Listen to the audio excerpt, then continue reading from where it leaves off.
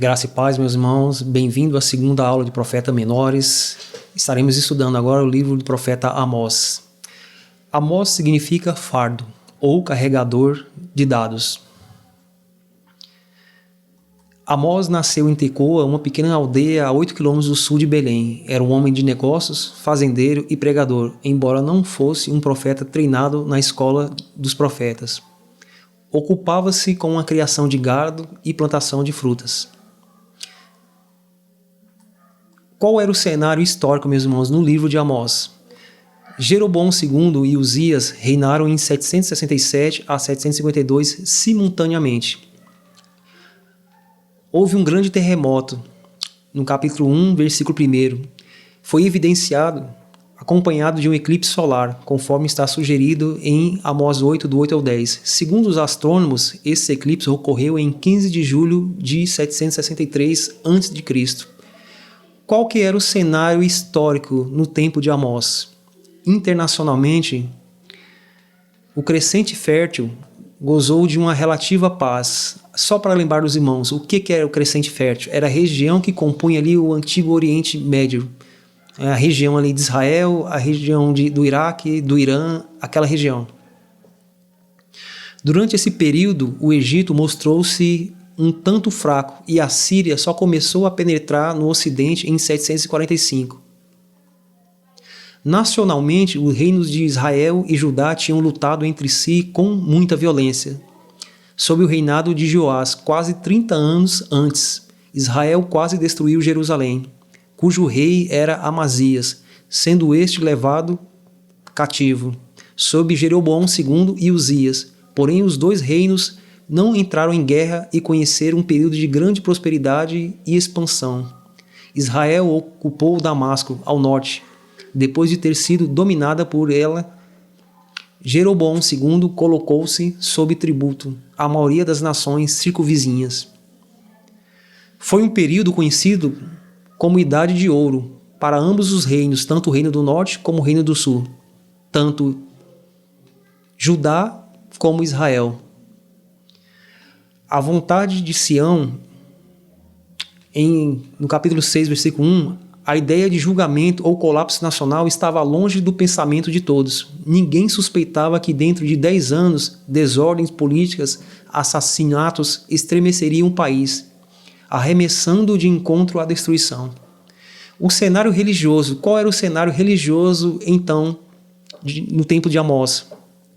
O sistema de adoração do bezerro de ouro em Betel, instituído no reinado de Israel, já durava 170 anos.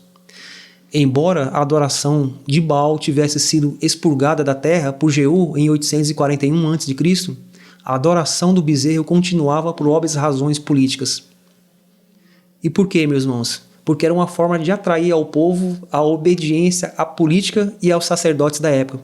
Como Judá, o reino do sul, existia o centro religioso e o reino do norte sabia disso, havia necessidade por parte dos políticos e principalmente dos líderes religiosos de manter o povo de Israel em Israel. Então era por também questões políticas que a adoração ao bezerro de ouro continuava ainda em Israel.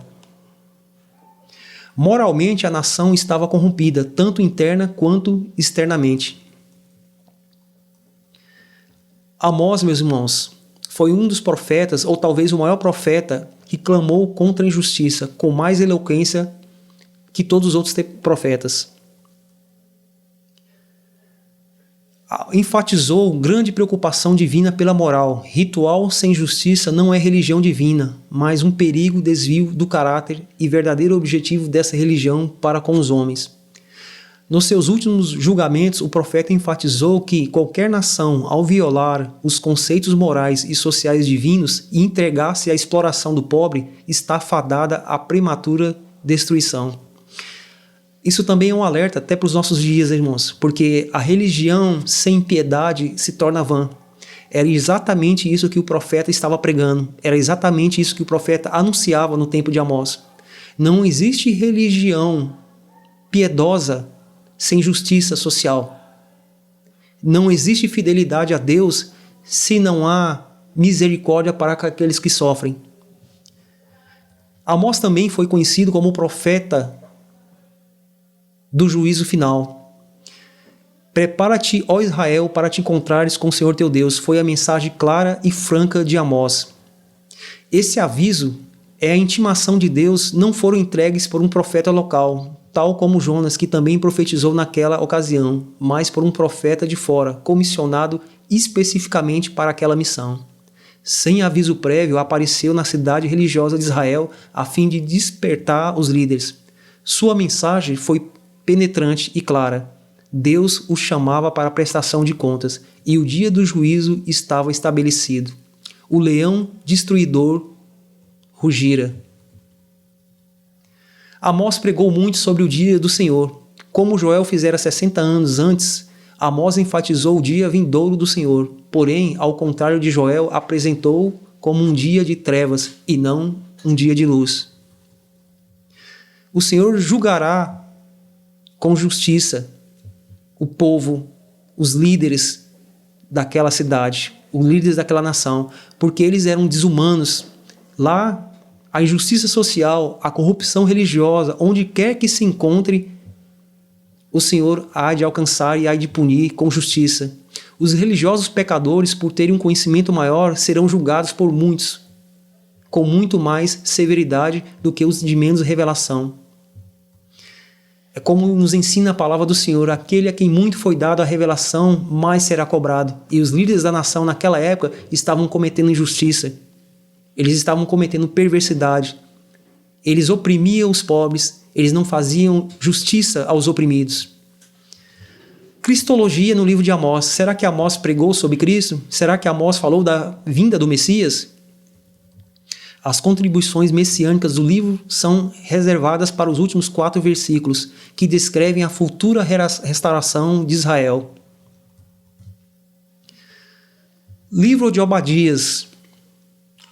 Obadias significa servo do Senhor. Era um nome comum no Antigo Testamento, semelhante a Onésimo no Novo Testamento.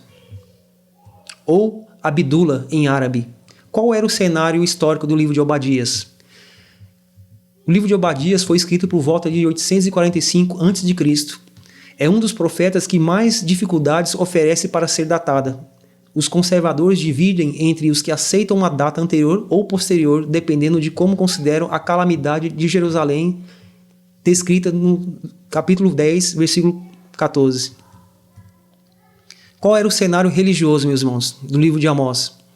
Edom ficava na cadeia de montanhas e nos planaltos do Monte Seir, a sudeste de Judá, além do Mar Morto. Seu território estendia-se de Moabe, no rio Armon, até o Golfo de Acaba, distante cerca de 160 quilômetros. Após o cativeiro de Judá, em 586, Edom tomou o sul da terra dos judeus, fazendo de Hebrom a sua cidade principal. E o cenário religioso da época? Como era nos dias de Amós o cenário religioso? Em 845 a.C., Judá estava sob o governo de Jeorão, rei Inico, que juntamente com a iníqua rainha Atália permitiu o culto a Baal. Acabe e Jezabel tinham introduzido esse culto em Israel cerca de 25 anos antes. Isso fez com que o Senhor, para punir Judá, permitisse a invasão estrangeira.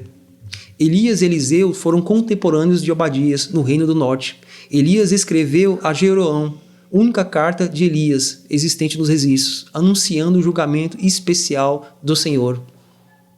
Qual era o cenário político? A política interna em Judá, após o próspero e piedoso reinado do rei Josafá, seu iníquo filho Jeorão tornou-se o único governador de Judá em 848. Aos 32 anos de idade, no princípio do reinado, matou todos os seus irmãos e reinou 8 anos com sua idólatra esposa Atália, filha de Acabe e Jezabel. Então podemos ver que o quadro político na época era muito conturbado. Era um quadro político triste. Era um quadro político depravado.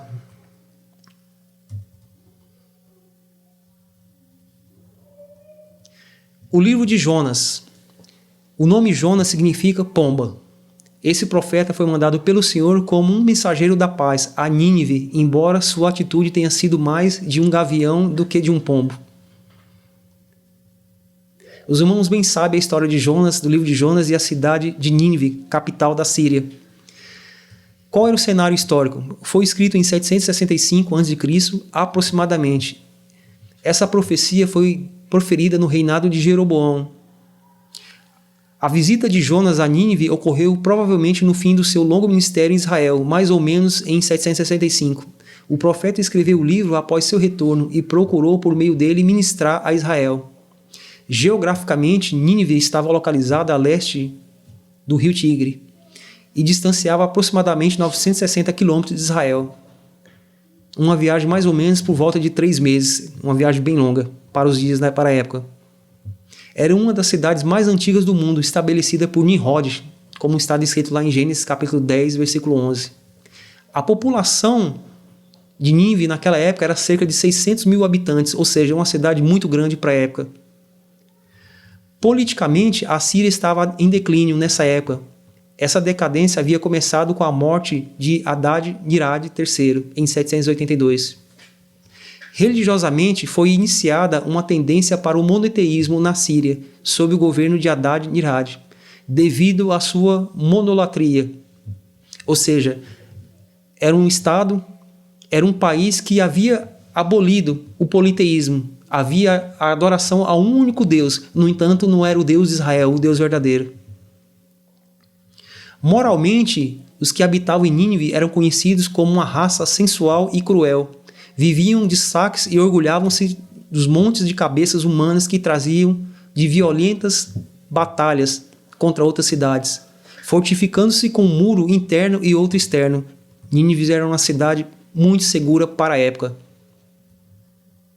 Mas qual era a situação de Israel? A Síria é uma ameaça para Israel no tempo de Jonas, e provavelmente esse era o motivo o qual Jonas não queria anunciar juízo de Deus sobre aquela cidade e posterior misericórdia e perdão de Deus se houvesse arrependimento, porque Nínive constituía-se uma ameaça grave a Israel. A Síria era uma ameaça para Israel desde o tempo de Onri, do rei Onri, e tinha forçado os israelitas a pagarem tributo nos últimos 50 anos até Jeroboão tornar-se rei. Religiosamente, porém, Israel tornava-se a mais e mais moralmente degradado e egoísta, alcançando seu período áureo. Mas a nação estava inconsciente de que Deus lhe tinha concedido essa misericórdia, com a finalidade de arrependimento e não de independência. O ministério de Jonas, ministério de misericórdia para Israel, transcorreu provavelmente um pouco antes do ministério de julgamento de Amós, que veio de Judá como um mensageiro especial do Senhor. Mas ao contrário do que o povo de Israel pensava e que o próprio Jonas pensava, houve arrependimento quando Jonas foi pregar em Nínive. O livro de Jonas contém um relato do maior reavivamento registrado na Bíblia. Toda a cidade de Nínive abandonou os caminhos iníquos e voltou-se para Deus. Porque houve arrependimento em Nínive, então o Senhor também retirou a sua grande ira que cairia sobre aquela cidade. Isso foi um sinal da misericórdia de Deus para com Nínive e também um sinal da misericórdia de Deus para com aqueles que se arrependem genuinamente. O livro de Miqueias. Miqueias significa quem é igual a Jeová. Qual era o cenário do livro de Miqueias? Miqueias foi escrito em 730 aproximadamente. Sua profecia foi proferida durante o reinado de Jotão, Acás e Ezequias. Qual era o cenário político desse livro?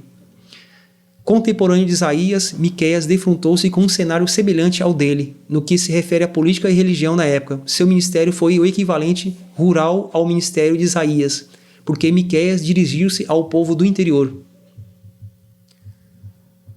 Profeta do homem pobre. Miqueias é conhecido como profeta do homem comum, tendo ele mesmo vivido um berço humilde.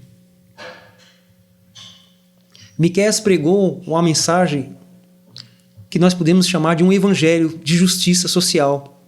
No Antigo Testamento não se encontra um resumo da lei mais simples e mais profundo do que em Miqueias, no capítulo 6, do versículo 6 ao 8. Apesar disso, existia uma total depravação em Israel. A semelhança de Isaías no capítulo 1, E no capítulo 57, Miqueias observou que Israel tinha chegado a uma situação em que se podia muito bem afirmar: não há entre os homens um que seja reto. Miqueias pregou, existia uma mensagem messiânica. Qual foi a cristologia do livro de Miqueias?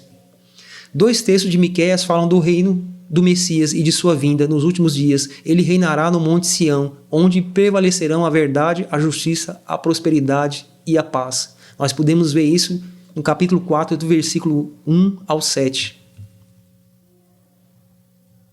E assim chegamos ao final da aula de número 12. É claro que nós fizemos um breve resumo sobre esse livro. Os irmãos podem se aprofundar melhor nele, porque terão o material em mãos. E a aula, o vídeo aula, na verdade, é um resumo do livro, para levar os irmãos a terem curiosidade e se aprofundarem mais nos escritos. Assim, Deus abençoe os irmãos e até a próxima aula.